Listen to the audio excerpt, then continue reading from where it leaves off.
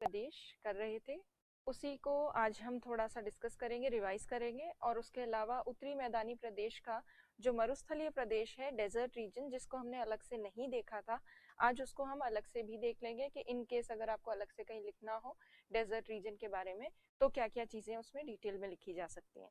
तो वैसे आज हम मरुस्थलीय प्रदेश या डेजर्ट रीजन जो है वो डिस्कस करने वाले हैं, पर पहले प्लेन्स की कुछ इंपॉर्टेंट चीजों को भी रिवाइज करेंगे। हमने जो मैदानी प्रदेश किए थे, उत्तरी मैदानी प्रदेश, वो लगभग 3200 किलोमीटर की दूरी में विस्तृत हैं, ये हमने देखा था, 3200 किलोमीटर। उसके साथ साथ हमने देखा था कि जलोढ़ अवसादों की या जो सेडिमेंट्स हैं उनका कितना गहराई तक जमाव है, तो लगभग 2000 मीटर की गहराई तक अवसाद जमे हुए, सेडिमेंट्स जमे हुए। और हाइट कितनी है इस मैदानी क्षेत्र की, वैसे 185 मीटर के आसपास है एवरेज, और आप इसको राउंड फिगर में 200 मीटर भी एवरेज इसकी हाइट बता सकते हैं। समतल मैदान है, ढाल बहुत मंद है, जेंटल स्लोप है, और हर एक प्लेन रीजन की हर एक भाग जो है उसकी अलग अलग ढाल देखने को मिलते हैं, जो हमने कल की क्लास में डिस्कस किए थे। फिर अब ये जो मैदानी क्षेत्र है ये लगभग 7 लाख वर्ग किलोमीटर क्षेत्र में फैला है, 7 लाख स्क्वायर किलोमीटर एरिया में। और मेनली 7 मेन जो स्टेट्स हैं, राज्य, उनको कवर करता है ये मैदानी प्रदेश। 7 प्रमुख राज्य कौन कौन से हैं? एक तो है राजस्थान, यहाँ पर पंजाब, हरियाणा, यूपी, बिहार, ये पश्चिम बंगाल और असम। मेन जो स्टेट्स जिनको कवर करता है वो ये वाले स्टेट्स हैं, और आसपास के कुछ स्टेट्स में भी थोड़ा बहुत भाग है, पर मुख्य जो मैदानी भाग है वो इन राज्यों में देखने को मिलते हैं। अब मैदानी प्रदेश को हमने देखा कि दो तरह से इसका विभाजन देखा जा सकता है, वर्गीकरण देखा जा सकता है मैदानी प्रदेश का। एक तो प्रादेशिक वर्गीकरण देखा जा सकता है, जिसे हम कहते हैं रीजनल डिवीजन ऑफ प्लेन्स। और दूसरा जो वर्गीकरण है वो संरचना के आधार पर वर्गीकरण देखा जा सकता है। संरचना के आधार पर जो वर्गीकरण होता है उसे भौगोलिक वर्गीकरण कहते हैं, ये भी हमने डिस्कस किया था। तो स्ट्रक्चर या फिजियोग्राफी के बेसिस पर, फिजियोग्राफी के बेसिस पर जो डिवीजन होता है उसको जियोग्राफिकल डिवीजन भी कह सकते हैं। तो ये दो तरह से हमने मैदानी प्रदेश का डिवीजन देखा था।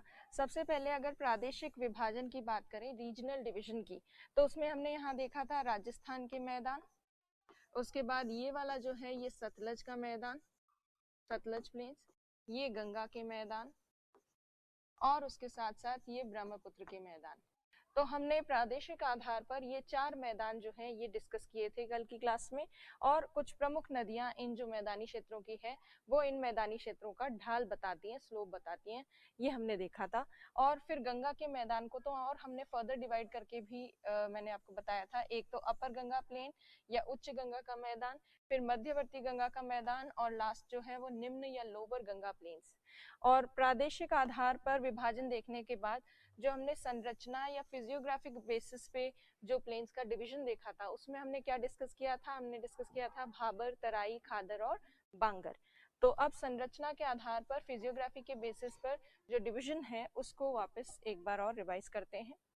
अब देखिए, जहाँ पे भी पर्वतीय क्षेत्र होते हैं, पर्वतीय क्षेत्र से निकलती हैं नदियां, और गिरते समय जब स्टीप स्लोप, तीव्र ढाल से गिरती हैं पर्वत के, तो नदियां बड़े बड़े अवसादों को आसानी से अपने साथ, सेडिमेंट्स को, बड़े बड़े सेडिमेंट्स को नीचे लेकर आ जाती है। और ये पर्वतों के पदेन क्षेत्रों में, फुट हिल रीजन में जो ये बड़े सेडिमेंट्स जमा होते हैं, इन्हीं को कहा जाता है भाबर। भाबर कहते हैं इनको। भाबर वाला जो क्षेत्र है, यहाँ बड़े सब अवसादों के, बिग सेडिमेंट्स के नीचे से नदी बहती है, इसीलिए सतह पर दिखाई देना बंद हो जाती है, तो सरफेस पर नहीं दिखती है। और बड़े अवसादों से बना हुआ है, बड़े बड़े पत्थर है यहाँ पर, इसलिए ये एग्रीकल्चर के लिए, कृषि के लिए उपयोगी नहीं है। इंडिया में शिवालिक पर्वतीय क्षेत्र जो है उसके ठीक आगे जो पदेन क्षेत्र है, फुटहिल रीजन, वहां पर इस तरह के भाबर के मैदान देखने को मिलते हैं। भाबर जो है उसका अगर विड्थ देखें तो लगभग 8 से 15 किलोमीटर चौड़ाई तक आपको भाबर का मैदान देखने को मिलता है। भाबर के बाद, बिग सेडिमेंट्स के बाद जब नदी निकलती है तो बहुत इरेगुलर फ्लो होता है, नदी का अनियमित बहाव होता है, पानी फैल कर निकलता है, और जब ये फैल कर निकलता है पानी तो दलदली अवस्था बनती है, और काफी बड़ा वाटर सबमर्ज रीजन जो है वो बनता है, और इस रीजन को कहते हैं तराई। तराई तराई क्षेत्र का निर्माण होता है। और तराई क्षेत्र में क्या होता है, वापस से नदी सतह पर नजर आने लगती है। जो यहाँ बड़े अवसादों के नीचे खो गई थी या दिखाई नहीं दे रही थी, वो वापस दिखना शुरू हो जाती है। यहाँ पानी की उपलब्धता ज्यादा है, इसीलिए यहाँ नेचुरली प्राकृतिक रूप से काफी ज्यादा वनस्पति वेजिटेशन की ग्रोथ अच्छी खासी होती है। उसके साथ साथ यहाँ वन्य जीव आदि भी पाए जाते हैं। प्लस कुछ क्षेत्रों में इस पर्टिकुलर रीजन को, तराई वाले क्षेत्र को, कृषि भूमि में परिवर्तित कर दिया गया है, एग्रीकल्चरल लैंड में कन्वर्ट कर दिया गया है। क्योंकि यहाँ पानी वगैरह उपलब्ध है, मिट्टी भी अच्छी खासी ठीक ठाक है, तो इसीलिए एग्रीकल्चर किया जाता है। खास तौर पर वाटर इंटेंसिव क्रॉप्स जो हैं उनका एग्रीकल्चर किया जाता है यहाँ पर इस पर्टिकुलर क्षेत्र में। जैसे चावल, गन्ने आदि की खेती की जाती है, मेनली पंजाब में और यूपी में। इस तराई क्षेत्र को कृषि भूमि के जैसे यूज में लिया जाता है।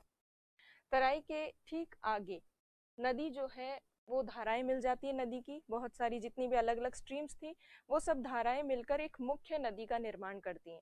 और एक मेन नदी जो बनती है वो अपना मार्ग सुनिश्चित कर लेती है।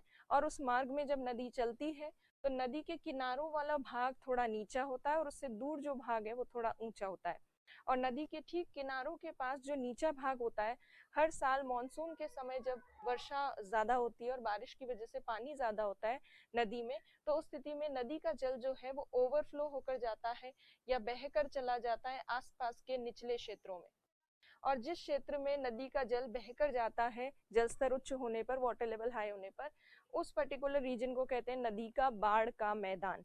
क्योंकि हर साल वो क्षेत्र बाढ़ ग्रस्त हो जाता है, उसमें फ्लड आ जाता है, तो इसीलिए उसको फ्लड प्लेन कहते हैं।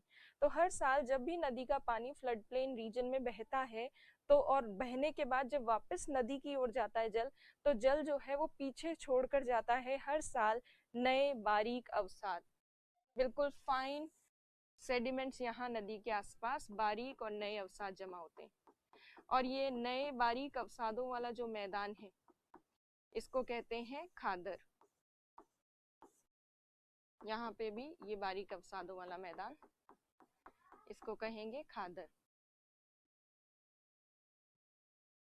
हर साल जब खादर वाले क्षेत्र में नए अवसाद जमा होते हैं, नए सेडिमेंट्स, तो उसके दौरान जो पानी बहता है, बाढ़ जब आती है तो पानी पुराने अवसादों को साइड में कर देता है। और हर साल जब पुराने अवसाद साइड में इकट्ठे होते जाते हैं तो धीरे धीरे खादर के पास में एक ऊंचा क्षेत्र बनता है जहाँ पुराने अवसाद होते हैं।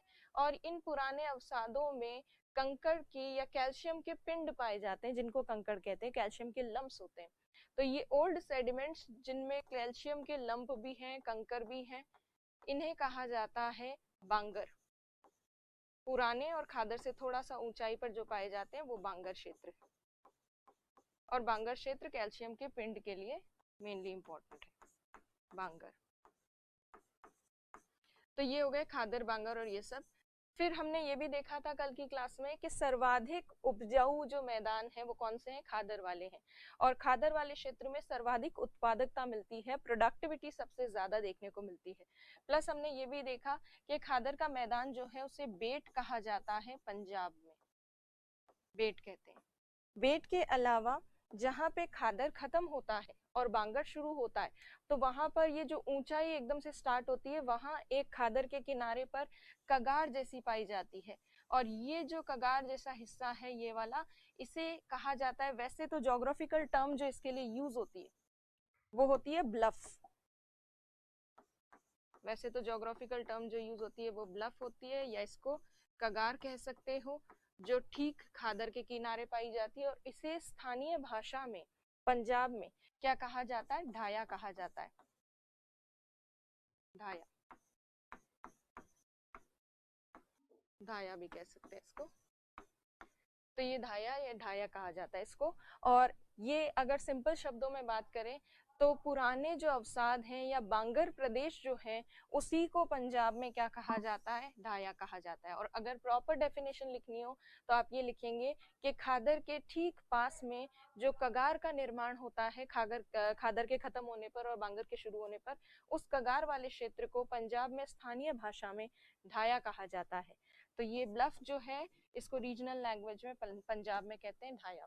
और ब्लफ क्या करता है, खादर और बांगर के बीच में एक बाउंड्री क्रिएट करता है, या जहां से बांगर शुरू होता है वही वाला रीजन जो है वो ढाया कहलाता है या ब्लफ कहलाता है। तो ये सब हमने कल की क्लास में देखा था। और बांगर वाला एरिया काफी ज्यादा विस्तृत है, इसीलिए बांगर वाले क्षेत्र में क्या देखने को मिलता है, सर्वाधिक उत्पादन देखने को मिलता है। प्रोडक्शन सबसे ज्यादा बांगर में है, प्रोडक्टिविटी सबसे ज्यादा खादर में है। और एक और चीज देख लेते हैं, जब नदी गिरती है किसी पर्वतीय क्षेत्र से तो नदी काफी सारे अवसाद सेडिमेंट्स जमा करती है पर्वत के पदेन क्षेत्रों में। और ये जब अवसाद जमा करती है बहुत सारे नदी पर्वत के पदेन क्षेत्रों में, फुटहिल रीजन में, तो उससे बनता है जलोढ़ जो अवसाद है या एलुवियल जो सेडिमेंट्स है वो बिखर जाते हैं बिल्कुल फुटहिल रीजन पर, माउंटेन के बिल्कुल पदेन क्षेत्रों में जो फैल जाते हैं जलोढ़ अवसाद, उसी को कहा जाता है जलोढ़ पंख। तो पर्वतों के जो पदेन क्षेत्र होते हैं वहां जलोढ़ पंख पाए जाते हैं, अलूवियल फैन जो है वो वहां पाए जाते हैं। तो जलोढ़ पंख कहाँ मिलते हैं, पर्वत के ठीक पदेन क्षेत्र में। तो जिस तरह से नदी पर्वत से उतरते ही जलोढ़ पंख बनाती है, उसी तरह से जब नदी समुद्र में गिरती है उससे पहले भी नदी की स्पीड बहुत कम हो जाती है और नदी बहुत सारे अवसाद जमा करती है, और जब नदी सेडिमेंट्स जमा करती है उससे बनता है डेल्टा। तो नदी जब पर्वत से उतरी तब तो बनाती है जलोढ़ पंख, एलुवियल फैन, और जब समुद्र में गिरती है उससे पहले सामान्यतः नदी क्या बनाती है, डेल्टा बनाती है।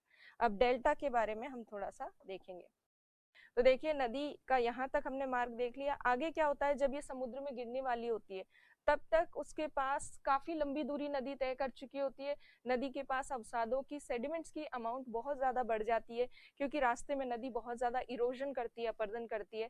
और आगे चल के जब नदी की स्पीड बहुत धीरे हो जाती है समुद्र के आसपास, उस समय नदी अवसादों को, सेडिमेंट्स को छोड़ती चली जाती है, क्योंकि नदी के पानी में इतनी गति नहीं होती कि उन सेडिमेंट्स को लेकर बहाकर अपने साथ समुद्र में लेकर जाए। इसीलिए उन सेडिमेंट्स को या अवसादों को नदी छोड़ देती है समुद्र में गिरने से पहले, और जब नदी छोड़ती है तो उससे बनता है डेल्टा। और देखिए अंतिम अवस्था में जब नदी की स्पीड कम हुई तो उस स्थिति में क्या होगा, नदी अवसाद छोड़ना शुरू कर देगी, सेडिमेंट्स छोड़ना शुरू कर देगी। और जब ये सेडिमेंट्स छोड़ना शुरू करेगी तो फिर नदी का जो जल है इन अवसादों के आसपास इस तरह से बिखरी बिखरी अवस्था में फैल जाएगा। तो नदी जब गिरने वाली होती है समुद्र में तब भी उसकी बहुत सारी शाखाएं निकल जाती हैं, बहुत सारी ब्रांचेस निकल जाती हैं। तो डेल्टा रीजन में ऐसी बहुत सारी ब्रांचेस हमें देखने को मिलती है नदी की, और उन ब्रांचेस के बीच में, उन शाखाओं के बीच में हमें अवसाद देखने को मिलते हैं, सेडिमेंट्स। तो ये जो धीरे धीरे सेडिमेंट्स जो जमा हो रहे हैं अंतिम अवस्था में, इसी सेडिमेंट्स डिपोजिशन को क्या कहते हैं, डेल्टा। तो अंतिम अवस्था में नदी क्या बनाती है, डेल्टा बनाती है। तो अब देखिए डेल्टा कैसे बनता है, क्या है। तो देखिए वितरिकाओं में विभाजित हो जाएगी, और वितरिकाओं में विभाजित होने से यहाँ ये क्या बन गया है, डेल्टा बन गया है। अब अगर हम इंडिया की बात करें तो इंडिया में कहाँ हमें तराई, खादर, बांगर देखने को मिलता है। अगर आप मैप देखें इंडिया का, अगर आप मैप देखें इंडिया का, जैसे ये इंडिया का नॉर्दर्न इंडिया की बात करते हैं मेनली, तो ये इंडिया का मैप में यदि हम देखें तो जहाँ पे शिवालिक पर्वत है या हिमालयन माउंटेन रीजन है, यहाँ ये पर्वतीय क्षेत्र है। इस पर्वतीय क्षेत्र के ठीक आगे हमें भाबर नजर आएगा, ये भाबर वाला रीजन है। भाबर वाले रीजन के ठीक आगे हमें क्या देखने को मिलेगा, तराई वाला क्षेत्र देखने को मिलेगा, जहां नदी का अनियमित प्रवाह होगा, इरेगुलर फ्लो होगा। और इस तरह के तराई वाले क्षेत्र के ठीक आगे की तरफ नदी अपना मार्ग निश्चित कर लेती है, जैसे गंगा नदी इस तरफ बहने लगती है और अन्य नदियां गंगा से आकर मिल जाती हैं, और कुछ नदियां जो है इधर सतलज की तरफ, सिंधु की तरफ चले जाती हैं। तो इस तरह से तराई वाले क्षेत्र के ठीक आगे नदी की मुख्य धारा नजर आती है, और नदी की मुख्य धारा के आसपास हमें क्या दिखते हैं, खादर के मैदान, और मुख्य धारा के खादर के मैदान से थोड़ा दूर हमें क्या नजर आते हैं, बांगर के मैदान। तो हमने भाबर, तराई, खादर और बांगर तो देखा, पर हमने उत्तरी मैदानी प्रदेश में डेल्टा अलग से मेंशन क्यों नहीं किया, क्योंकि आपको ये जानकारी होनी चाहिए कि यदि हम इंडिया की बात करें तो इंडिया में गंगा नदी डेल्टा नहीं बनाती है, वो कौन से देश में बनाती है, बांग्लादेश में बनाती है। तो इसी वजह से इंडिया का जो मोस्टली गंगा का और ब्रह्मपुत्र का जो डेल्टा रीजन है वो ज्यादातर भाग आपको बांग्लादेश में मिलेगा। तो क्या इंडिया में कोई भी डेल्टा वाला पार्ट नहीं है गंगा का के सेक्शन की बात करें तो देखिए गंगा का थोड़ा सा डेल्टा रीजन आपको इंडिया में मिलता है, बट ज्यादातर आपको बांग्लादेश में मिलेगा। तो जब ये गंगा नदी यहाँ से जाती है, इधर से ब्रह्मपुत्र आती है, दोनों मिलती हैं और बांग्लादेश में जाकर दोनों डेल्टा बनाती हैं।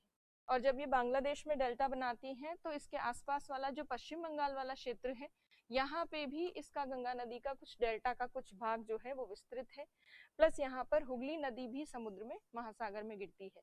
तो ये जो डेल्टा रीजन है, गंगा और ब्रह्मपुत्र का जो डेल्टा क्षेत्र है, उसको क्या कहा जाता है पहले तो ये देखिए। तो गंगा ब्रह्मपुत्र का ये जो डेल्टा क्षेत्र है, इसको कहते हैं सुंदरबन डेल्टा। सुंदरबन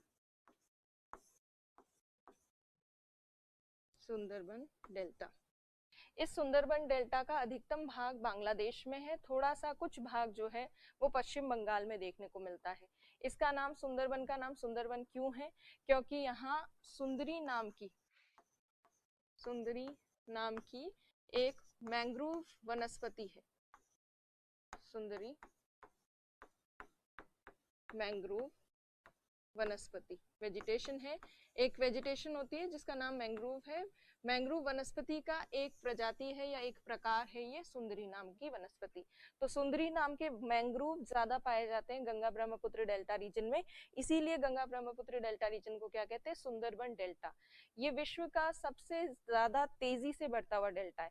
डेल्टा जो है वो अक्सर प्रसारित होता रहता है, बढ़ता रहता है, क्योंकि नदी सेडिमेंट्स जमा करती रहती है और जो गाद अवसाद जमा होते हैं, सेडिमेंट्स जमा होते हैं, उससे तट जो है वो बढ़ता जाता है। तट की जो साइज है वो इंक्रीज होती जाती है और सुंदरबन डेल्टा रीजन जो है वो काफी तेजी से बढ़ता हुआ डेल्टा क्षेत्र है। तो ये हो गया डेल्टा प्रदेश गंगा और ब्रह्मपुत्र का। इससे रिलेटेड कुछ एक आध चीजें और हैं, उनको भी हम देखते हैं। तो देखिए डेल्टा प्रदेश की यदि बात करें तो गंगा ब्रह्मपुत्र का डेल्टा क्षेत्र है ज्यादातर बांग्लादेश में है, कुछ थोड़ा सा भाग हमें पश्चिम बंगाल में देखने को मिलता है। अब जो डेल्टा क्षेत्र है उसमें कुछ उच्च भूमि क्षेत्र जो होती हैं, हाईलैंड रीजन जो है डेल्टा रीजन में, डेल्टा क्षेत्र में जो उच्च भूमि क्षेत्र है, उनको बांग्लादेश और पश्चिम बंगाल वाले क्षेत्र में एक विशेष नाम दिया जाता है चार। और डेल्टा क्षेत्र के कुछ निम्न भूमि क्षेत्र है, लोलैंड रीजन है, उन्हें स्थानीय भाषा में बांग्लादेश में और पश्चिम बंगाल वाले क्षेत्र में कहते हैं बील। तो डेल्टा क्षेत्र में दो क्षेत्र हो गए, कुछ हाईलैंड रीजन और कुछ लोलैंड रीजन। लोलैंड या निम्न भूभाग निचले क्षेत्र जो है वो बील कहलाते हैं और थोड़े ऊंचे जो क्षेत्र हैं उन्हें चार कहते हैं। अब इसका साइड व्यू जो है वो देखते हुए उसको समझते हैं कि ये क्या है। तो देखिए मान लीजिए कि ये है, यहाँ पर ये बांग्लादेश वाला भाग है और इसके पास ये समुद्र है, महासागर, बांग्लादेश वाले भाग के ठीक पास में, और यहाँ पर ये गंगा और ब्रह्मपुत्र का डेल्टा क्षेत्र है। डेल्टा क्षेत्र में कुछ ऊंचे भाग हैं और कुछ नीचे भाग है। नीचे भाग स्वाभाविक सी बात है तट के पास मिलेंगे और ऊंचे भाग जो है वो तट से थोड़ा सा दूर मिलते हैं। तो डेल्टा क्षेत्र में कुछ ऊंचे भाग और कुछ नीचे भाग हैं। नीचे भागों में क्या होता है, लोअर रीजन्स जो हैं, जब भी उच्च ज्वार आता है, हाई टाइड के समय क्या होता है, तट की तरफ पानी आता है और कोस्ट की तरफ जब पानी आता है तो ये जो लोलैंड रीजन है, ये जो निचला भाग है, ये पूरा ज्वार के जल से भर जाता है।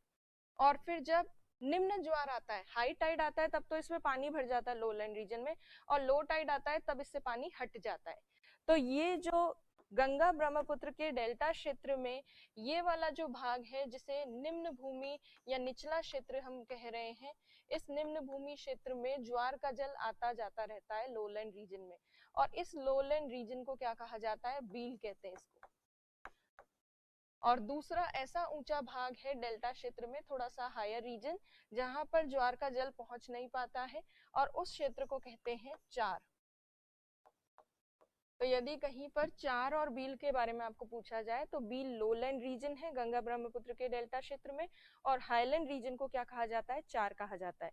तो ये हो गया गंगा ब्रह्मपुत्र के डेल्टा रीजन के बारे में मेन चीज, चार और बील जो है वो आपको ध्यान रखना है। तो इसके साथ ही हमने जो मैदानी प्रदेश किया था वो ऑलमोस्ट हमने कवर कर लिया।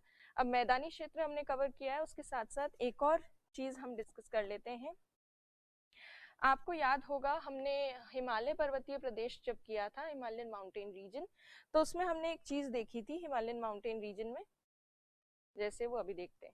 देखिए हिमालयन माउंटेन रीजन में मैंने आपको बताया था कि हिमालय में शिवालिक श्रेणी जो है, शिवालिक रेंज के और मिडिल हिमालय के बीच में जो समतल घाटियां हैं उनको दून और द्वार कहा जाता है।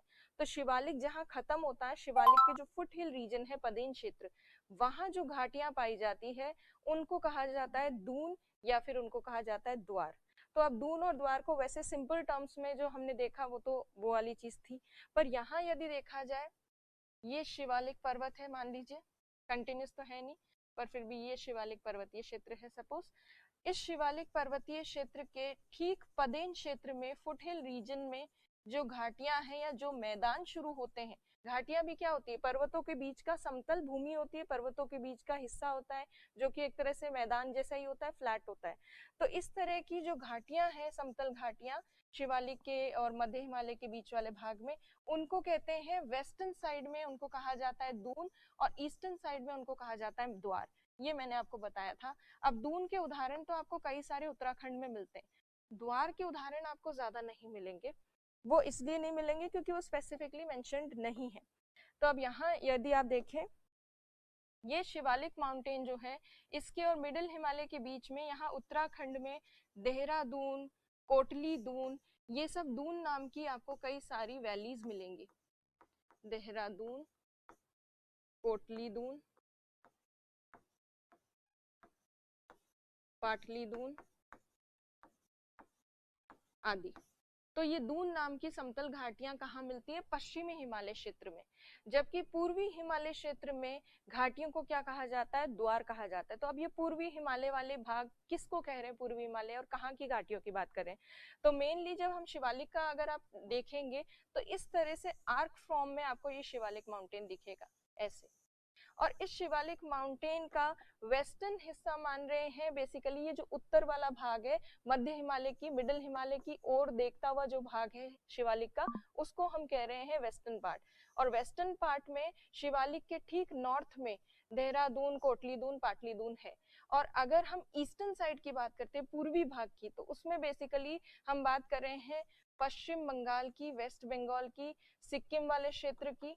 यहाँ पर जो शिवालिक के पदेन क्षेत्र में कुछ घाटी क्षेत्र या फिर कोई मैदानी क्षेत्र जो है समतल, उसकी बात हो रही है द्वार के अंतर्गत। हालांकि हम एग्जाम्पल में देहरादून के अलावा हरिद्वार लिखते हैं, पर हरिद्वार जो है वो बिल्कुल देहरादून के पास में ही है, और एक प्रॉपर जो द्वार होता है उसका उदाहरण हरिद्वार नहीं है। उससे हरिद्वार को लिख सकते हैं उदाहरण में, पर बहुत अच्छा उदाहरण आपको अगर देखना हो तो यहाँ पर पश्चिम बंगाल और सिक्किम मिलता है। वेस्ट बंगाल में दार्जिलिंग और जलपाईगुड़ी वाला जो क्षेत्र है, वहां शिवालिक के ठीक फुटहिल रीजन पर, पदेन क्षेत्रों पर, दक्षिण में, शिवालिक के दक्षिण में, उत्तर में नहीं, मध्य हिमालय की तरफ नहीं, मैदानों की तरफ, मैदानों की तरफ समतल भाग है जिसे हम एक तरह से तराई क्षेत्र भी कह सकते हैं, जो शिवालिक के ठीक आगे है। उसको कहा जाता है स्थानीय भाषा में दुआर। द्वार नहीं कहते प्रॉपर, उसको दुआर कहते हैं, दुआर।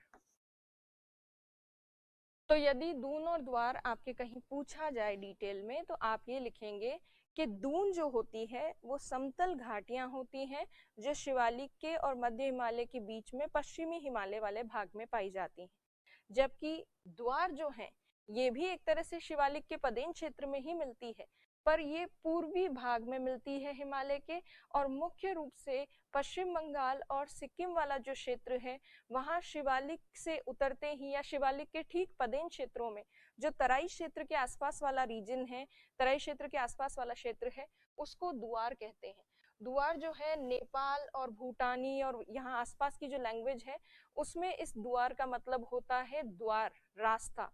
तो ये पर्वतीय क्षेत्र खत्म होने के बाद ये जो फ्लैट रीजन आता है, इसकी वजह से आगे की तरफ रास्ता मिलता है और इसी वजह से इसको दुआर कहा जाता है।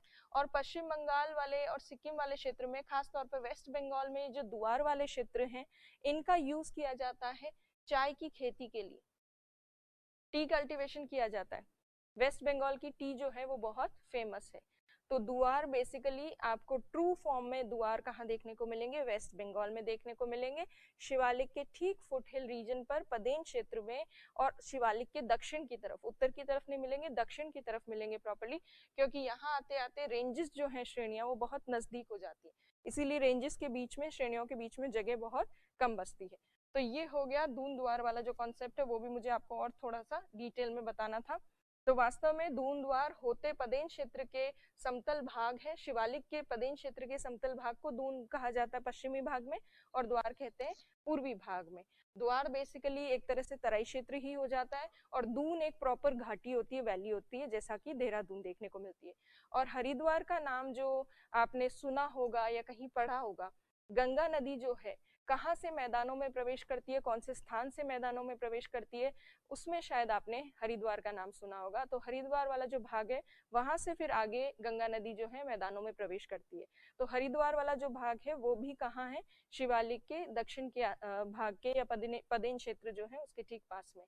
तो दून और द्वार जो है वो आपको और थोड़ा बेटर क्लियर हो गया होगा। अब देखिए, ये हमने जो उत्तरी मैदानी प्रदेश है उससे रिलेटेड चीजें देख ली है। अब देखिए, उत्तरी मैदानी प्रदेश से रिलेटेड क्वेश्चन कब आया था और क्या था। तो देखिए, आरएस के एग्जाम की अगर बात करें तो आरएस के 2013 के मेंस के एग्जाम में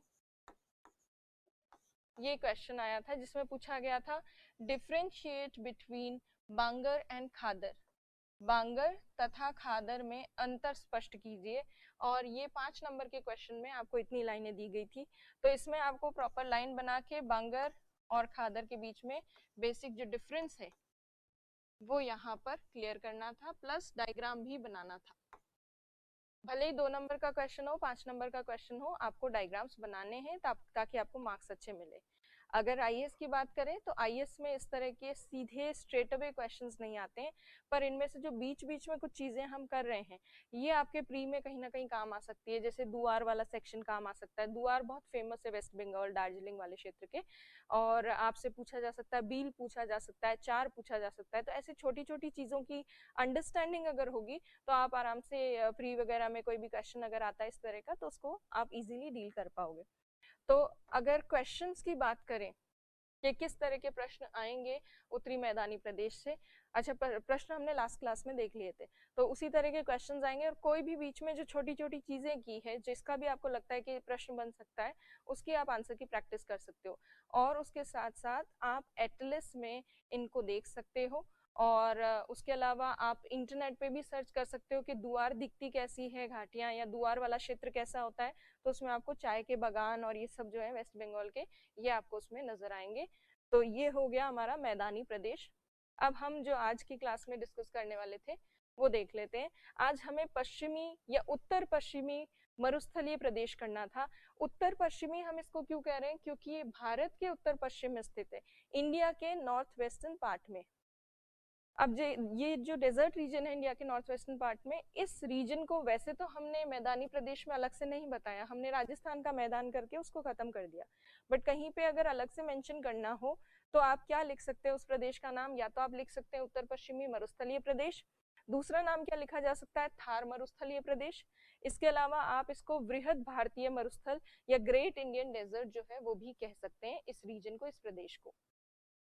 अब ये है कहाँ पर, और इसको उत्तर पश्चिमी मरुस्थलीय प्रदेश क्यों कहा था, तो ये इंडिया का नॉर्थ वेस्टर्न पार्ट है, इसलिए हमने इसको उत्तर पश्चिमी मरुस्थलीय प्रदेश कहा।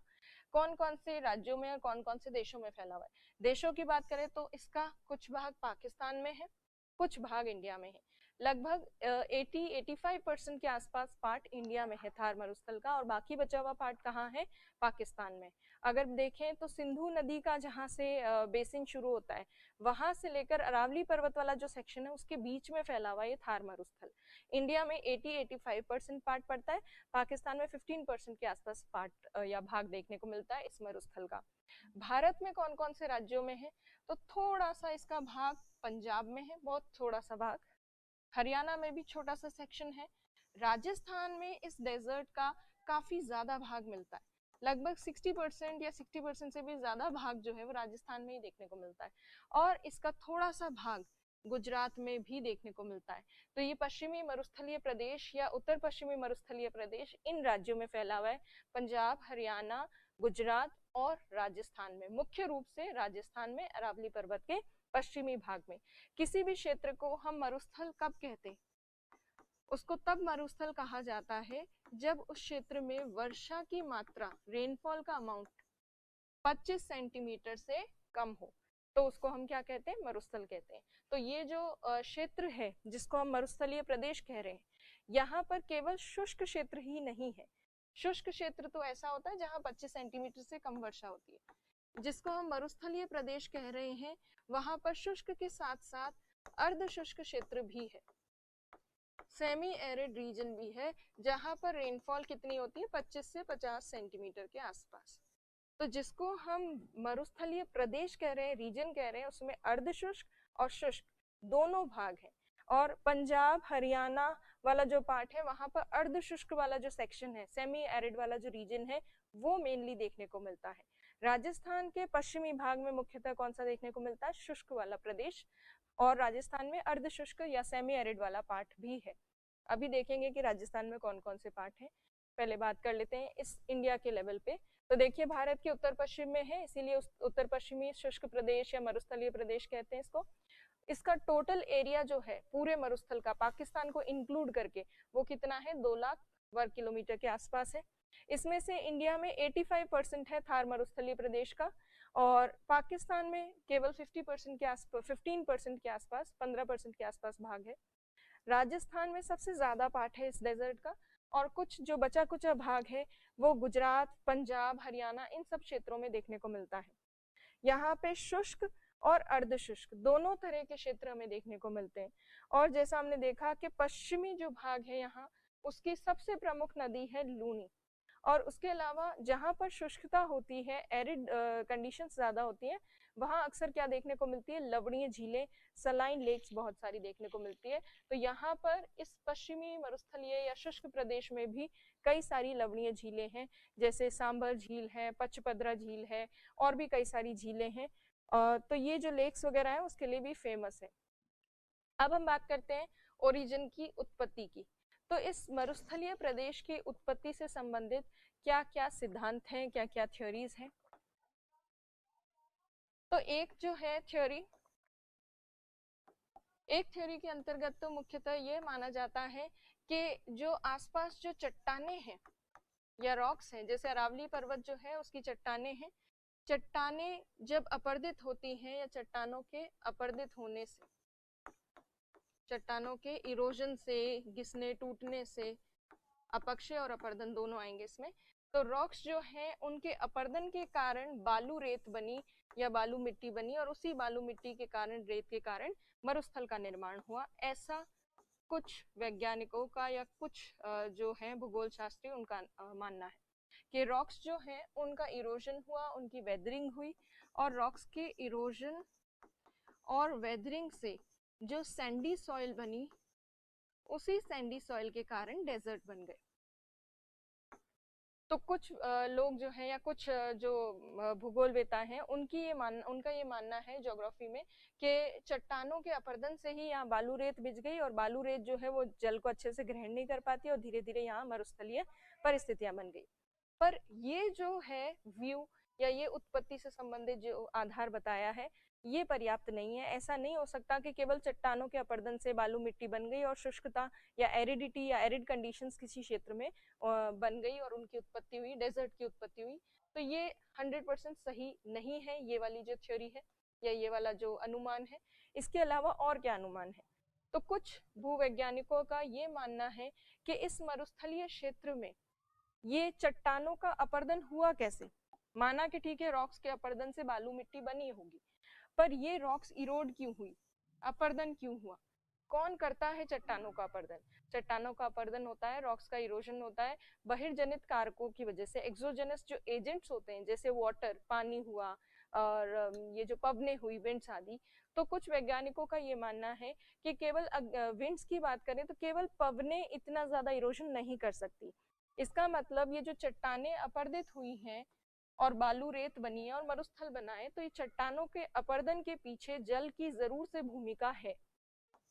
जल की वजह से ही ये चट्टानें अपरदित हुई होंगी। तो कुछ वैज्ञानिकों का मानना है यहाँ पर पहले नदियां थी, जल था, और उस जल के कारण ये चट्टानें, रॉक्स इरोड हुई, और इनके इरोजन की वजह से धीरे धीरे यहाँ पर ये बालू मिट्टी या रेत जो है वो बिछ गई और मरुस्थल बने। तो कुछ लोगों का ये मानना है कि यहाँ पर पहले जल था। जल किस आधार पर था, किस तरह से था? नदियों के रूप में था, जैसा कि हमें गग्गर नदी के अवशेष मिलते हैं, और इसी वजह से कहा जा सकता है कि पहले ये क्षेत्र आर्द्र था, आर्द्र क्षेत्र था, और बाद में धीरे धीरे ये शुष्क हो गया। तो कुछ लोगों का ये मानना है, और कुछ तो बिल्कुल ही अलग सोचते हैं।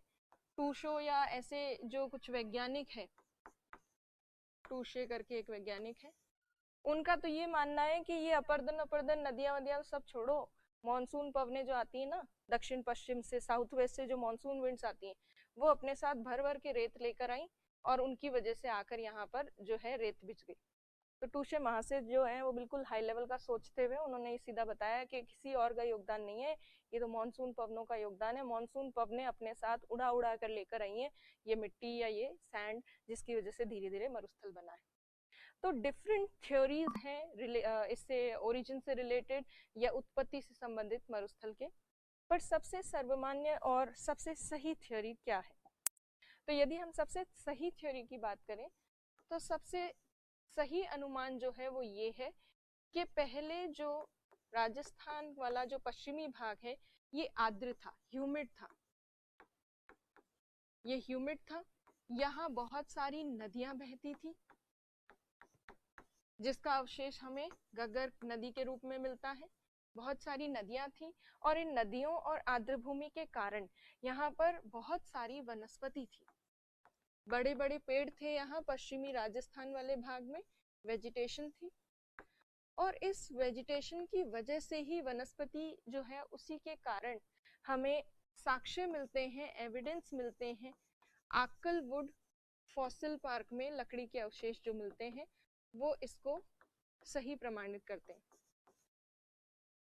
आक्कलवुड, तो आक्कलवुड जो फॉसिल पार्क है उसमें जो लकड़ी के फॉसिल्स मिलते हैं, लकड़ी के जो जीवाश्म मिलते हैं पेड़ पौधों के, वो ये साक्ष्य देते हैं कि पहले यहाँ पर कभी वनस्पति रही होगी।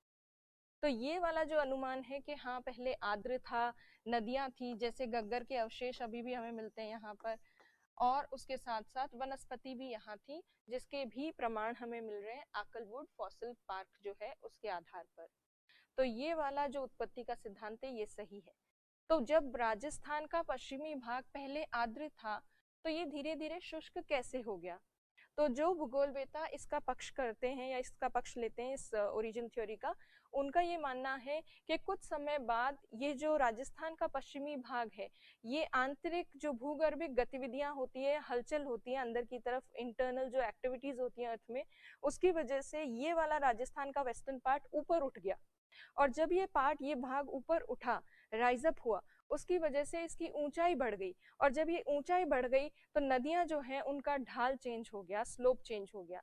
इसलिए यहाँ की जो अधिकतम नदियां थी वो या तो सिंधु इंडस रिवर की तरफ डाइवर्ट हो गई या गंगा रिवर की तरफ, गंगा नदी की तरफ डाइवर्ट हो गई, और इसीलिए ऊंचा उठ जाने के कारण यहाँ जो पहले पूर्व काल में कोई नदियां रहा करती होंगी, बहती होंगी, वो आना यहाँ पर बंद हो गई, क्योंकि उन्होंने अपना रास्ता चेंज कर लिया, वो डाइवर्ट हो गई दूसरी तरफ, जहां उनको ढलान मिला नदियों को, वो वहां बहकर चली गई। तो ये आर्द्र भूमि क्षेत्र था राजस्थान का। उसके बाद भूगर्भिक हलचलों की वजह से राजस्थान का ये भाग जो है वेस्टर्न पार्ट, ये ऊपर उठा, ऊपर उठने से नदियां यहाँ से हट गई, नदियों ने अपने मार्ग बदल दिए, और धीरे धीरे नदियां जब बंद हो गई यहाँ पर आना तो ये क्षेत्र शुष्क होता गया, होता गया। और कुछ एक वैज्ञानिकों का ये भी मानना है कि जब ये भाग आर्द्र था, जब ये ह्यूमिड था रीजन, जहाँ यहाँ पर बहुत सारी नदियां थी, तो यहाँ की नदियां अरब सागर में गिरती भी थी, या जो आगे जो समुद्र है उसमें गिरती भी थी, और राजस्थान का कुछ एक भाग जलमग्न भी था या समुद्र से कवर्ड भी था, बिल्कुल तटवर्ती क्षेत्र के आसपास वाला कुछ एरिया ऐसा था, या राजस्थान का सदर्न पार्ट का कुछ पार्ट ऐसा था जो कि सबमर्ज था, वाटर में, पानी से ढका हुआ था। तो मरीन डिपॉजिट्स भी राजस्थान में मिलते हैं, कई सारे समुद्र के या जल के, समुद्र से ढके होने के साक्ष्य भी राजस्थान में कई सारे मिलते हैं। तो पहले ये राजस्थान वाला जो वेस्टर्न पार्ट है ये समुद्री जल से ढका हुआ था, इसका कुछ भाग, ऐसा भी कई वैज्ञानिकों का मानना, और इसके भी तथ्य मिले हैं क्योंकि कई सारे मरीन डिपॉजिट्स भी हैं, कहीं कहीं राजस्थान में मिलते हैं। तो कुल मिला के उत्पत्ति से संबंधित सिद्धांत में क्या सिंपल भाषा में कहा जा सकता है कि सबसे सर्वमान्य सिद्धांत ये है कि राजस्थान का पश्चिमी भाग पहले शुष्क ना होकर आर्द्र था, यहाँ बहुत सी नदियां बहती थी तथा यहाँ विभिन्न प्रकार की वनस्पति पाई जाती थी, और उसके साक्ष्य हमें आकलवुड जीवाश्म जो पार्क है उसमें देखने को मिलते हैं। और कालांतर में ये जो भाग है राजस्थान का ये ऊपर उठ खड़ा हुआ भूगर्भिक गतिविधियों के कारण, जिसकी वजह से नदियों ने अपना प्रवाह क्षेत्र बदल दिया और धीरे धीरे ये क्षेत्र शुष्क हो गया, एरिड हो गया। तो अगर आपको एक्सप्लेन करना हो तो आप इस तरह से एक्सप्लेन कर सकते हो। अब एक्सप्लेनेशन यहाँ पर लिखा है, जैसे इंग्लिश में मैंने रीड आउट नहीं किया वो देख लेते। The Akal wood fossil park of this region shows that earlier this region was covered with trees, which is a proof that earlier it was a humid and fertile region। बहुत उपजाऊ और आर्द्र क्षेत्र था जहाँ बहुत सारी where many rivers used to flow, but later this region got uplifted due to which rivers changed their course and joined Indus and Ganga river। This is why this region gradually became dry because of lack of water। तो धीरे धीरे नदियों ने बहाव क्षेत्र change कर दिया, तो ये क्षेत्र धीरे धीरे ये एरिया शुष्क हो गया, ड्राई हो गया। तो ये है ओरिजिन से रिलेटेड जो मेन कॉन्सेप्ट है कि कैसे बना मरुस्थलीय क्षेत्र, तो वो ये है। और ये मरुस्थलीय क्षेत्र जो है ये भी मैदानी क्षेत्र में इसलिए डाला गया क्योंकि चतुर्थ युग में ये बना है। ये जो मिट्टी विट्टी सैंड वगैरह जो इकट्ठी हुई है, बालू रेत और ये सब, ये क्वाटरनरी चतुर्थ पीरियड में या क्वाटरनरी पीरियड में ये बना है। परंतु यहाँ इस मरुस्थलीय क्षेत्र में हमें कार्बोनिफेरस काल के भी जीवाश्म मिले हैं। आकलवुड फॉसिल पार्क जो है, जीवाश्म जो पार्क है, वहां पर जो लकड़ियां मिलती हैं वो कई लकड़ियां आपको कार्बोनिफेरस काल की भी या उसके आसपास वाला जो टाइम था पृथ्वी के इतिहास का, वहां की भी मिलती है। तो है बहुत पुराना क्षेत्र, पर इसमें बालू रेत मिट्टी बिछना और मरुस्थल का जो निर्माण हुआ है वो चतुर्थ युग में हुआ है, क्वाटरनरी पीरियड में हुआ है। अब राजस्थान का ये जो मैदान है, जो मरुस्थलीय क्षेत्र ज्यादातर राजस्थान में फैला हुआ है, तो राजस्थान के पॉइंट ऑफ व्यू से इस डेजर्ट रीजन को अगर देखें तो ये हम पहले कर चुके हैं कल वाली क्लास में। राजस्थान में अरावली पर्वत के पश्चिम में ये शुष्क मरुस्थलीय क्षेत्र है जिसमें अर्धशुष्क और शुष्क दो पार्ट्स हैं, जिन्हें कहा जाता है राजस्थान बागर और मरुस्थली। ये हमने कल किया था, इसलिए ज्यादा डिटेल में इसको नहीं देखेंगे।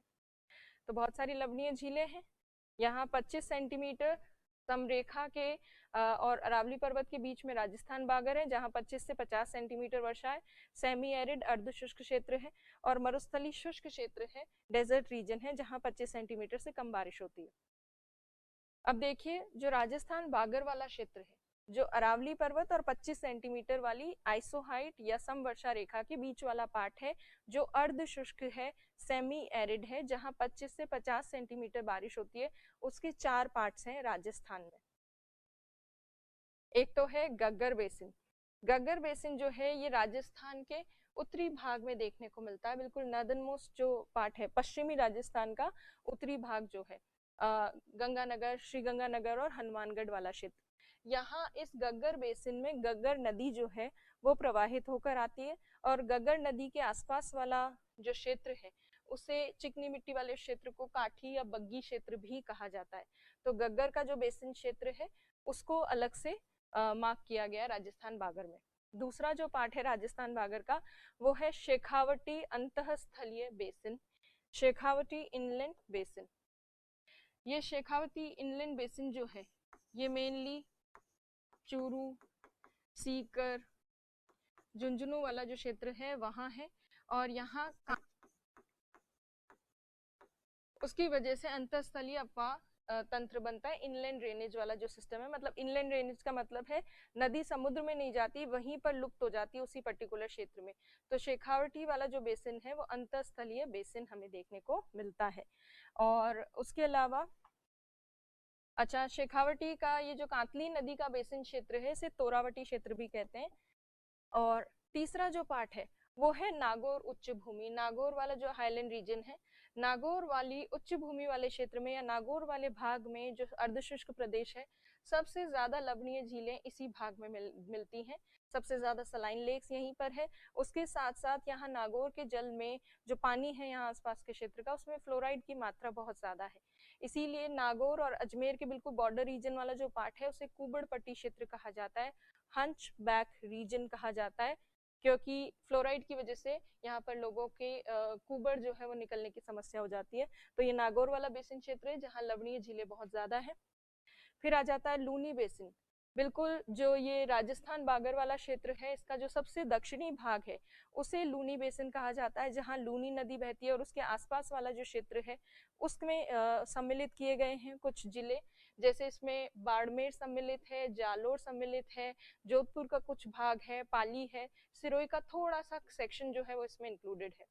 तो राजस्थान का जो बागर क्षेत्र है जो अर्धशुष्क है, सेमी एरिड, उसे इन 4 पार्ट्स में डिवाइड किया जाता है। अब इनको हम राजस्थान के मैप पे भी देखेंगे। तो देखिए, जिनको राजस्थान के जो बेसिक जिले वगैरह हैं उनके नाम नहीं ध्यान, वो यहाँ पे लिखे हैं। अभी हम बात करें इस अर्धशुष्क प्रदेश की, ये वाला जो है इस पूरे भाग की हम बात करें। ये जो राजस्थान बागर वाला क्षेत्र है, इसके 4 प्रमुख भाग हैं, पार्ट्स हैं, जो मैंने अभी बताया वो कहाँ कहाँ लोकेटेड है। तो देखिए, सबसे पहले गग्गर बेसिन जो है श्री गंगानगर और हनुमानगढ़ वाले क्षेत्र में है। दूसरा शेखावटी अंतरस्थलीय जो बेसिन है, इनलैंड बेसिन, वो चूरू, झुंझुनू, सीकर वाले क्षेत्र में है। चौथा जो है नागौर वाला जो उच्च भूमि क्षेत्र है, वो यहाँ बिल्कुल सेंट्रल पार्ट में है। और तीसरा और फिर ये चौथा जो भाग है ये है Luni basin. Luni basin mainly Barmer में कुछ भाग, जालोर, थोड़ा सा सिरोही का भाग, पाली, जोधपुर, इन सब, और थोड़ा सा नागौर का सेक्शन भी इसमें इंक्लूडेड है, बट मेनली ये वाले जो जिले हैं वो इसमें सम्मिलित हैं। तो ये हो गया लूनी बेसिन। तो ओवरऑल देखा जाए तो ये है राजस्थान बागर वाला क्षेत्र। इसके बाद जो इसके ठीक वेस्ट में पड़ता है ये क्या है, मरुस्थली। अब इस मरुस्थली क्षेत्र की बात करते हैं। जो मरुस्थली क्षेत्र है, जो प्रॉपर डेजर्ट रीजन है, जहाँ 25 सेंटीमीटर से कम बारिश होती है, इस क्षेत्र में शुष्कता बहुत ज्यादा है, मरुस्थलीय परिस्थितियां हैं। और जहाँ मरुस्थल होते हैं वहाँ क्या होती है, बालू रेत होती है, रेत के टीबे होते हैं, बालू का स्तूप पाए जाते हैं, सैंड ड्यून्स जिनको कहते हैं। सूखी मिट्टी जो है उसके उड़ने से, इकट्ठे होने से क्या बनते हैं, सैंड ड्यून्स, जिनको कहते हैं बालू का स्तूप, बालू के टीले। तो ये जो मरुस्थलीय क्षेत्र है पश्चिमी राजस्थान में, इसके 2 भाग है। एक तो है सैंड ड्यून्स वाला रीजन, मतलब बालू का स्तूप युक्त क्षेत्र, जहाँ पे बालू का स्तूप देखने को मिलते हैं, वो वाला क्षेत्र। और दूसरा भाग जो है इसका, वो है सैंड ड्यून फ्री रीजन, बालू का स्तूप मुक्त क्षेत्र, जहाँ पे सैंड ड्यून्स देखने को नहीं मिलते। तो जहाँ पर बालू रेत वाला मरुस्थल देखने को मिलता है या सैंडी डेजर्ट होता है, सैंडी डेजर्ट, बालू रेत वाला मरुस्थल या बालू मरुस्थल, उसे कहा जाता है अर्ग। अर्ग कहते हैं उसको, अर्ग या इर्ग कह सकते हो। तो अर्ग या इर्ग किसको कहते हैं, बालू रेत वाले मरुस्थल को। जबकि बालू रेत जहां पर नहीं होती, जहां सैंड ड्यून्स नहीं होते, बालू का स्तूप नहीं होते, वहां पथरीला मरुस्थल होता है। और जो पथरीला मरुस्थल होता है, पथरीला या फिर जहां पे रॉकी डेजर्ट हमें देखने को मिलता है, उस रॉकी डेजर्ट को कहते हैं हमादा, हमादा।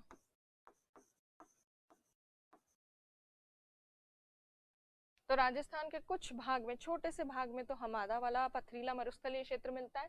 ज्यादातर जो पार्ट है राजस्थान का, उसमें हमें सैंडी डेजर्ट या अर्ग वाला जो मरुस्थल है वो देखने को मिलता है। और सैंडी डेजर्ट वाले क्षेत्र में बालू का स्तूप होते हैं, सैंड ड्यून्स होते हैं। अब कहाँ पर कितना भाग है और किधर स्थित है उसको देखते हैं। तो देखिए, राजस्थान के मैप में वापस से यही जो अभी हमने राजस्थान बागर किया था, गग्गर बेसिन, शेखावटी और नागौर और लूनी बेसिन, उसके अलावा ये वेस्टर्न राजस्थान, ये पूरा ये जो है ये मरुस्थली क्षेत्र है। इसमें ये जो येलो कलर का दिख रहा है, यहाँ पर सैंड ड्यून्स हैं, ये बालू रेत वाला मरुस्थल है ये पूरा का पूरा। तो ज्यादा पार्ट किसका है राजस्थान में, बालू रेत वाले, बालू का स्तूप वाले, सैंड ड्यून्स वाले डेजर्ट का। और छोटा सा पार्ट किसका है, जहाँ पर पथरीला मरुस्थल है, हमादा वाला। तो देखिए, सैंड ड्यून रीजन ये वाला है और ये सैंड ड्यून फ्री रीजन है, जिसे हम हमादा वाला क्षेत्र, पथरीला मरुस्थल वाला भाग कह सकते हैं। जहां पर सैंड ड्यून्स होते हैं, बालू का स्तूप होते हैं, बालू का स्तूप अलग अलग शेप के होते हैं। और जैसा उनका शेप होता है, आकार होता है, उसके आधार पर उनके अलग अलग नाम होते हैं सैंड ड्यून्स के। तो अब हम डिफरेंट जो नेम्स है सैंड ड्यून्स के उनको देखेंगे। सबसे पहला जो सैंड ड्यून का टाइप है, बालू का स्तूप का प्रकार, पहला प्रकार है बरखान। ये अर्धचंद्राकार या क्रेसेंट शेप का होता है। जैसा आपको यहाँ पर ये दिख रहा है, यहाँ से विंड आ रही है, पवन आ रही है। जब विंड जो है उसकी स्पीड इतनी ज्यादा नहीं होती कि वो पूरे मिट्टी के रेत का जो पूरा टीला जैसा है उसको खिसका दे, तो वो क्या करती है, साइड से किनारों से थोड़ी थोड़ी मिट्टी हटाती जाती है। और जब वो किनारों से साइड से थोड़ी थोड़ी मिट्टी हटाती है विंड्स, तो उसकी वजह से ऐसा अर्धचंद्राकार जो है बालू का स्तूप या सैंड ड्यून बनता है। तो ये कैसा है, वो लगभग इस तरह का है। और इसका जो पिछला भाग है, पीछे की तरफ वाला, वो आपको इस तरह से नजर आएगा। तो ऐसे जो अर्धचंद्राकार आकार के जो बालू का स्तूप होते हैं, विंड यहाँ से आ रही है, पवन यहाँ से आ रही है, इनको कहते हैं बरखान। और इनका यदि हम देखें, ये वाला जो ढाल है, ये वाला स्लोप, ये कॉनकेव स्लोप है, अवतल ढाल। और दूसरी तरफ वाला ये वाला जो भाग है इधर वाला, ये वाला है उत्तल ढाल, कॉन्वेक्स स्लोप। और पीछे वाला जो भाग है, विंड के पीछे वाला, ये स्लोप जो होते हैं ये काफी स्टीप होते हैं, इसके काफी तीव्र ढाल होते हैं पीछे वाले हिस्से के। और आगे वाला जो हिस्सा है इसका ढाल थोड़ा मंद होता है। तो इस तरह के अर्धचंद्राकार या क्रेसेंट शेप के जो सैंड ड्यून्स होते हैं उनको कहा जाता है बरखान। और इसी के ऑपोजिट एक सैंड ड्यून होता है जिसे कहते हैं पैराबोलिक सैंड ड्यून, वो अभी हम देखेंगे। तो इनका नाम याद रखना ना, इसके साथ नाम के साथ शेप याद रखना आपको। अब देखिए, ये जो है ये बरखान का बिल्कुल ऑपोजिट है, विपरीत है। जैसे विंड यहाँ से आ रही है, पवन यहाँ से आ रही है। अभी हमने देखा था कि पवन के सामने जब चंद्राकार, अर्धचंद्राकार रूप में बनता है कोई सैंड ड्यून, तो वो तो होता है बरखान। और अर्धचंद्राकार का बिल्कुल उल्टा ऑपोजिट अगर कोई बनेगा इस तरह से, तो ये क्या हो जाएगा, ये पैराबोलिक कहलाएगा। तो इसमें क्या होता है, विंड पवन बहुत ज्यादा स्ट्रॉन्ग होती है, स्पेशली सेंट्रल पार्ट में। तो ये जो मिट्टी वाला भाग है, ये ज्यादातर जो बीच वाला हिस्सा है जिसमें ज्यादा मिट्टी है, इसको काफी पीछे धकेल देती है विंड। और किनारे वाले जो क्षेत्र हैं वो थोड़े थोड़े फिर भी बच जाते हैं। तो इस तरह से ऐसे ही बरखान के जैसे ही अर्धचंद्राकार रूप में बनता है, पर बरखान का बिल्कुल ऑपोजिट होता है। विंड की तरफ, पवन की तरफ जो ढाल होगा वो कौन सा होगा, कॉनकेव स्लोप। मतलब अवतल ढाल जो है वो पवन की तरफ है, विंड की तरफ है। और पीछे की तरफ जो भाग है वहां पे कॉन्वेक्स स्लोप होता है, उत्तल ढाल। तो बरखान का ठीक ऑपोजिट, विपरीत जो बनता है उसको हम क्या कहते हैं, उसको हम कहते हैं पैराबोलिक सैंड ड्यून। तो ये दूसरा सैंड ड्यून का नाम है पैराबोलिक। अब इस सैंड ड्यून के, इस बालू का स्तूप के बाद अब ये देखिए, नेक्स्ट जो बालू का स्तूप है सैंड ड्यून, इसका नाम है ट्रांसवर्स या अनुप्रस्थ जो सैंड ड्यून या बालू का स्तूप। ये पवन की दिशा के समकोण पर या परपेंडिकुलर बनता है। जैसे मान लीजिए विंड यहाँ से आ रही है और विंड के ठीक परपेंडिकुलर यहाँ पर रेत जो है उसके टीले बन जाए, तो पवनों के ठीक परपेंडिकुलर या 90 डिग्री के कोण पर, समकोण पर जब कोई सैंड ड्यून्स बनते हैं, बालू का स्तूप बनते हैं, तो उन्हें कहा जाता है अनुप्रस्थ या ट्रांसवर्स, अनुप्रस्थ या ट्रांसवर्स ड्यून्स, ट्रांसवर्स ड्यून्स। सो ये हो गए ट्रांसवर्स, नाम से भी थोड़ा बहुत आपको क्लियर हो जाएगा। उसके बाद लास्ट जो है वो है लीनियर या अनुदैर्ध्य। लीनियर में क्या होता है, सीधे सीधे विंड की डायरेक्शन में ही रेखाओं के रूप में सैंड ड्यून्स बनते हैं। जैसे मान लीजिए ये विंड्स आ रही है पवने, और ये जो है ये यहाँ पर सैंड ड्यून्स बने बालू का स्तूप, और इनके बीच से इस तरह से विंड जो है वो क्रॉस होके जाएगी। तो ऐसे जब विंड की डायरेक्शन के बिल्कुल पैरेलल, पवन की दिशा के ठीक समानांतर जो बनते हैं बालू का स्तूप, उनको कहा जाता है लॉन्गिट्यूडनल या लीनियर। या तो इनको रेखीय कहेंगे या फिर इनको अनुदैर्ध्य कहेंगे। तो इस तरह से रेखीय बालू का स्तूप भी बनते हैं। तो ये चौथा प्रकार हो गया। तो हमने 4 किए हैं, बरखान, पैराबोलिक जो बरखान का बिल्कुल विपरीत उल्टा है, फिर उसके बाद ट्रांसवर्स अनुप्रस्थ और अनुदैर्य जिसमें लंबी लंबी रेखाओं के रूप में बालू का स्तूप सैंड ड्यून्स बनते हैं। फिर अब देखिए ये चारों सैंड ड्यून्स जो हैं वो एक साथ, बरखान जो क्रेसेंट शेप का होता है, बरखान का उल्टा पैराबोलिक, फिर ट्रांसवर्स जिसके बिल्कुल विंड के समकोण पर, पवन के समकोण पर जो बनता है परपेंडिकुलर टू विंड, और विंड के पैरेलल जो बनता है वो है लॉन्गिट्यूडनल या रेखीय। ये चार हमने देख लिए। उसके बाद आप देखिए जब कहीं पर मान लीजिए विंड यहाँ से आ रही है, तो क्या आप इस तरह के को पहचान पा रहे हैं ये कौन सा सैंड ड्यून होगा? अगर पवन यहाँ से आ रही है और पवन के सामने इस तरह से अर्धचंद्राकार रूप में कोई बना है सैंड ड्यून और उसका उत्तर ढाल कॉन्वेक्स स्लोप विंड की तरफ है, तो उस स्थिति में कौन सा सैंड ड्यून हो गया? ये है बरखान। जब भी कभी कहीं बरखान जैसा सैंड ड्यून बना हो और पवन सडनली अपनी डायरेक्शन चेंज कर ले, विंड डायरेक्शन चेंज कर लेगी, तो उसकी वजह से क्या होता है, मान लीजिए पहले ऐसे चल रही थी, अब विंड ने सडनली इस तरफ चलना शुरू कर दिया, इस तरफ बहना शुरू कर दिया। मान लीजिए पहले सीधा चल रही थी इस तरफ, अब इधर टर्न हो गई विंड, तो उस स्थिति में क्या होगा, इस किनारे को और ज्यादा आगे तक खींच कर लेके जाएगी विंड। और जब बरखान का ही एक हिस्सा, एक किनारा जो है वो फैल जाता है या बहुत विस्तृत हो जाता है, जैसे मान लीजिए एक साइड उसकी बहुत ज्यादा फैल जाए बरखान की, तो ऐसा जो सैंड ड्यून बनता है जिसमें बरखान की एक एज, एक कॉर्नर एक्सटेंड हो जाता है, उसको एक विशेष नाम दिया जाता है, उसको कहते हैं सीफ। तो ऐसे जब बरखान का विस्तार हो जाता है उसकी एक एज का, तो उसको सीफ कहा जाता है।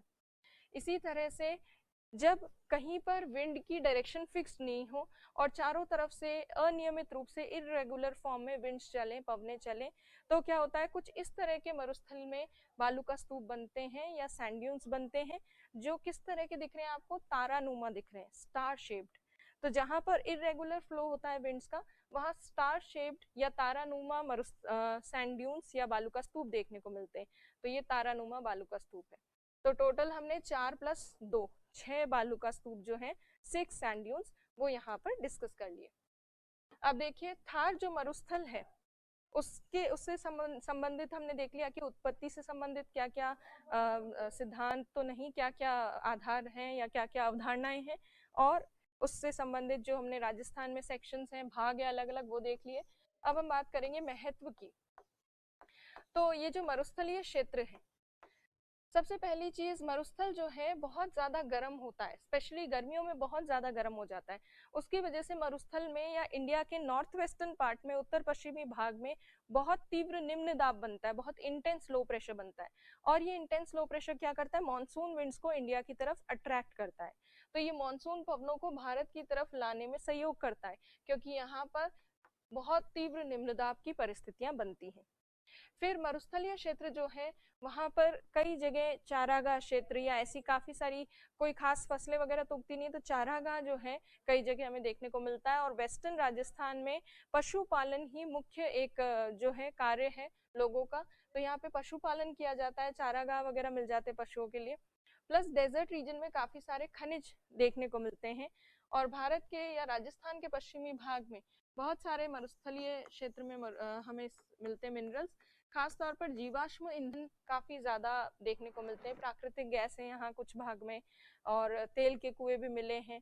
इसके अलावा जिप्सम मिलता है, और भी कई सारे रॉक फॉस्फेट मिलता है, और भी कई सारे जो खनिज हैं वो यहाँ मरुस्थलीय क्षेत्र में पाए जाते हैं। फिर जल उपलब्धता की बात करें अगर, तो जहाँ पे भी थोड़ा बहुत भी जल उपलब्ध हो, मिट्टी इतनी खराब नहीं है यहाँ की, यदि इस मिट्टी में, इस मृदा में थोड़ी बहुत सिंचाई की जाए, बूंद बूंद सिंचाई की जाए, तो उस ड्रिप इरिगेशन से यहाँ पर एग्रीकल्चर की जा सकती है, तो कृषि की जा सकती है यदि पानी उपलब्ध हो तो। टूरिज्म के पॉइंट ऑफ व्यू से ये वेस्टर्न राजस्थान वाला सेक्शन काफी फेमस है।